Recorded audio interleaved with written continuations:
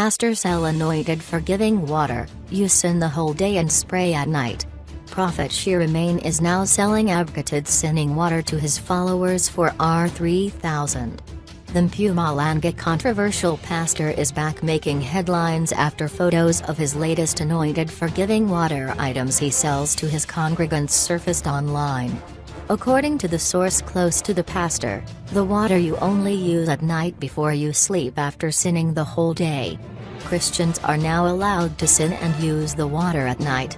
Pastor Shirimane has allegedly been said to have sold the pieces of the body of Jesus in the past, which he denied. Now, according to photos circulating on social media, Shirimane is selling anointed oil, anointed salt and anointed cloth. He is yet to make a statement on the backlash and criticism from social media. Check out the pics below.